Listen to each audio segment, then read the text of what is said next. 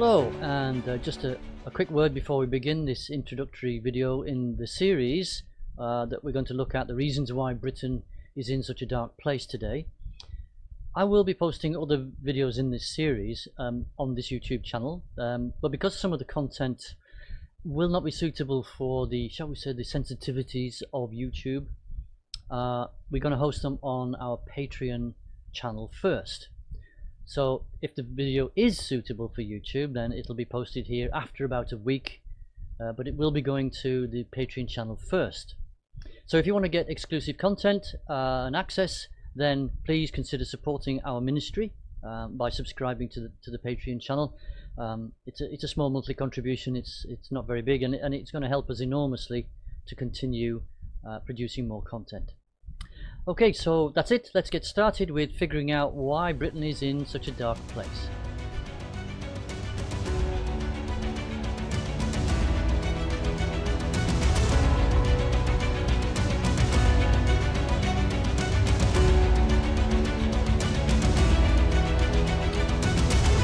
Hello there, I'm Reverend Steve Criscole of the Knights Templar Church. Now I'm getting really tired of what's going on in Britain. This is a message specifically for those people who are living in Britain, and I will be upfront and say I am no longer living in Britain. I live in the Philippines. That doesn't mean to say that I don't know what's going on. Now, I've felt the pain before I left several years ago, and I can only imagine the pain that people are experiencing today. What kind of pain am I talking about? Well, to be honest with you, I believe Britain is in a very dark place. Very dark indeed. And why? Well, do I really need to tell you? Well, I will tell you. I will say. Let's start off with, I'm just pick a few things out at random. Massive taxation. Everywhere you look, you're being taxed to death. There's the high cost of living. The electricity bills, the gas bills are horrendous. So that's utilities. The health service seems to be collapsing. You try and get a doctor's appointment. Apparently, it's almost impossible. Every single town or city is crippled with the influx of legal or illegal immigrants, asylum seekers, call them what you like. The economy, well, it's literally going down the toilet, isn't it? And if you want to add to that, they've got the threat of war with Russia. Can you believe that? See, I was in the military during the time of the Cold War with the Soviet Union, and that scared me silly, even though I was working in the military. The threat of nuclear war I have lived with, and I know what that feels like, and it feels like that again. And you might say, oh well, it's okay for you, you're over in the Far East. It's not okay, because what kicks off in Europe will drift over here.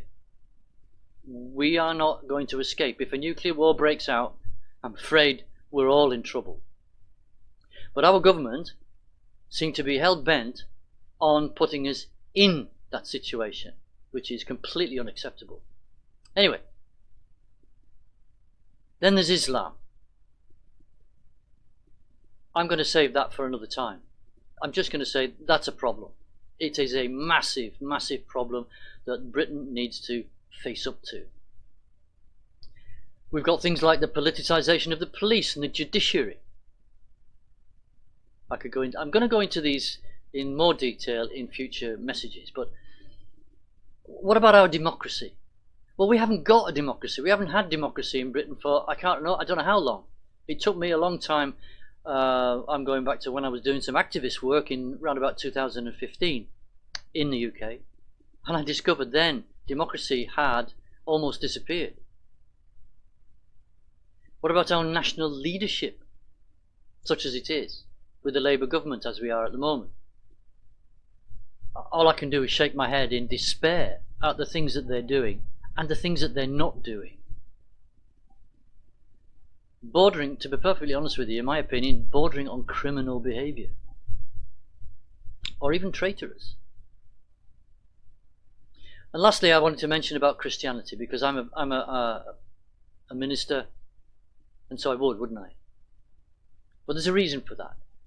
But I'll get to that in a minute. So the thing is that we've got all these problems. This is the darkness that surrounds us.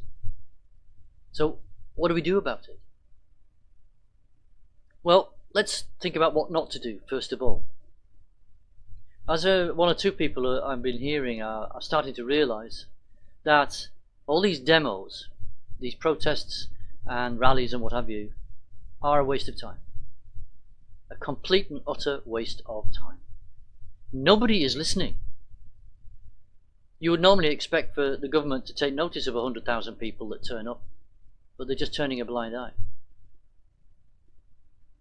The good thing is the Tommy Robinson rallies are great for morale. They bring people together and no problems with that, but are they actually achieving anything? I don't think so. I might be wrong. You can tell me. See, things like local protests against migrant hotels and things like that, they've proven to be very useful. So local protests and demonstrations of that sort, they seem to have an effect, but they don't affect the overall government's policy on the subject, do they? You might get local victories here and there. See, the government, such as it is, they're trying to stamp out lawful and democratic protest. So the latest thing that they've done is that no more tractors in London. Thank you very much, farmers. Right. The police are, they're trying to prevent people from actually attending demos.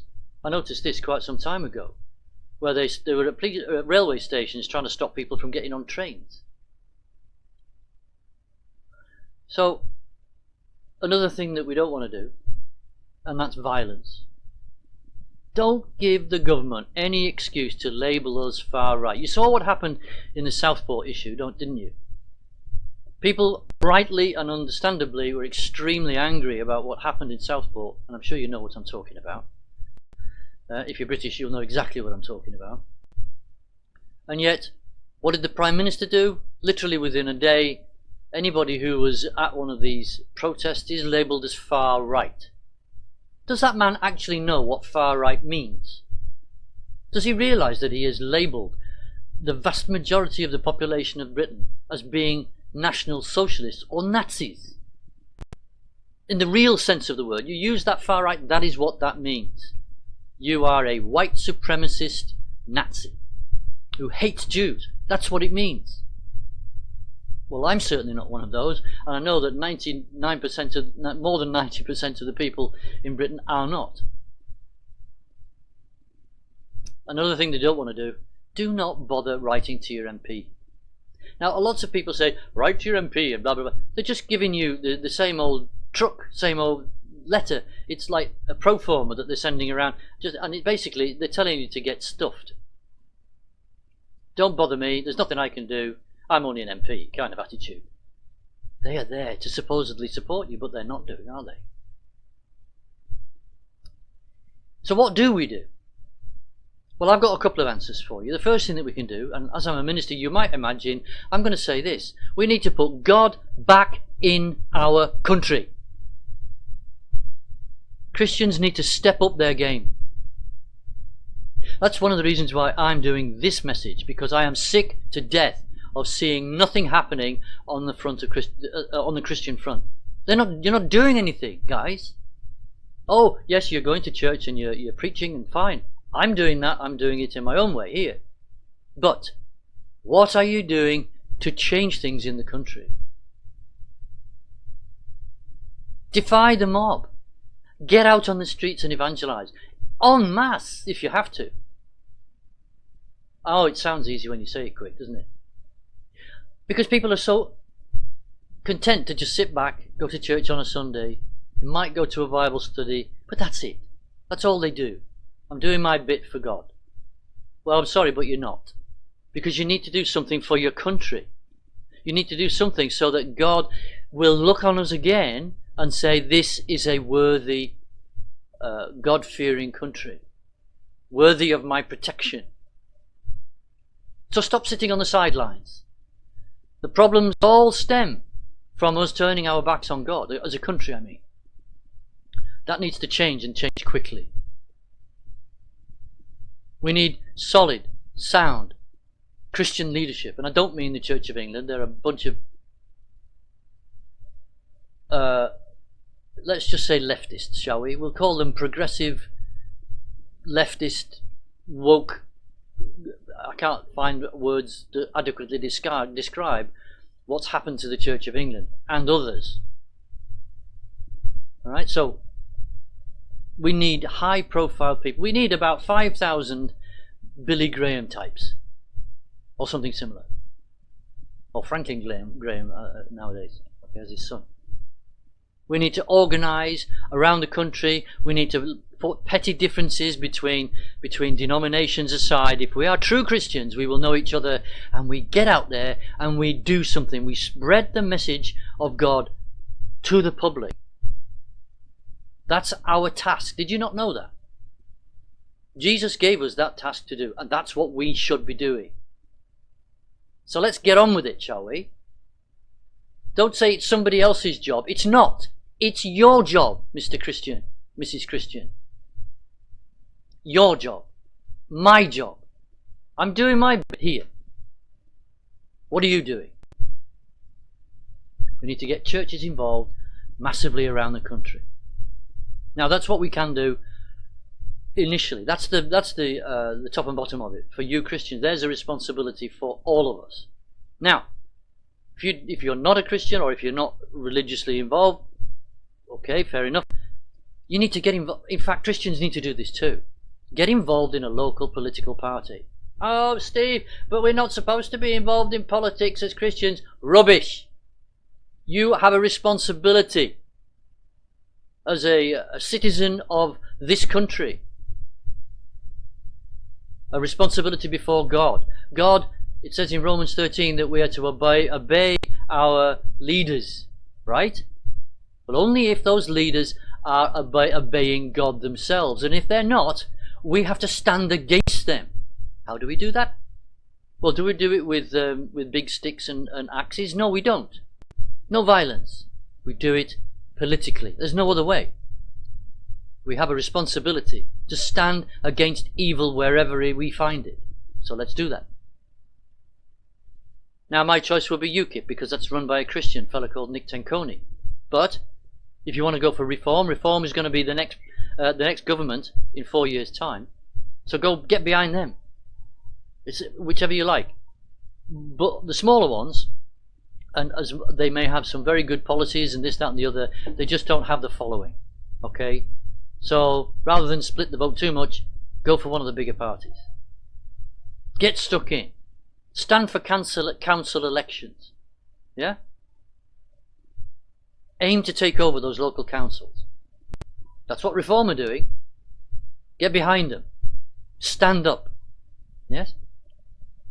We need to push back. Another thing we can do, push back against this woke ideology. Laugh in their faces. Don't give them the time of day. If somebody says, I find what you just said offensive, just say, I don't care. If they call the police, fine. Then if you're not bothered about getting a non-crime hate incident report on your record, then fine. But we cannot stand back and let these people walk all over us. Laugh in the name of face calling. Now, okay, I'll bring this to an end now in a minute. The thing is, President Trump in America, he's led the way to reform American society. And it is going to change. It is changing already, even after just a few weeks. What we need to do is to embrace some of the ideas that he's been using. The reforms, and try and implement them as much as possible. Reforms of attitude. DEI, what is it? Get rid of it. It needs to go.